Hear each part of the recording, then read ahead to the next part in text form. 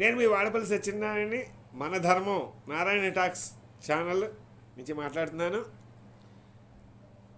గంగాదేవి, దైవలోకంలో ఉండే గంగాదేవి భూమి మీదకి ఎలా వచ్చింది, ఆ యొక్క వృత్తాంతం మత్స్య పురాణంలో ఉంటుంది. అష్టాదశ పురాణాల్లో మత్స్య పురాణం ఒకటి. ఈ గంగావతారణ అన్నది కథని మనం తెలుసుకోవాలంటే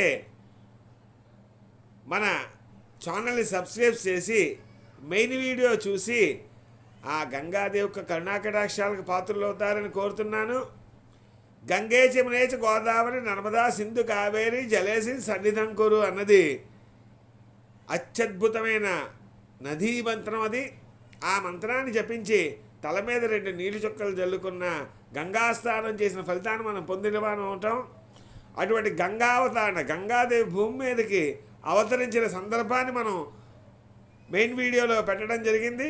మీరందరూ కూడా అది చూసి ఆ గంగాదేవి యొక్క ఆశీస్సులకు పాత్రలు అవుతారని కోరుతున్నాను. మీ వాడపల్లి సత్యనారాయణ. లైక్ చేయండి, షేర్ చేయండి, సబ్స్క్రైబ్ చేయండి, కామెంట్ చేయండి. ఉంటాను మరి.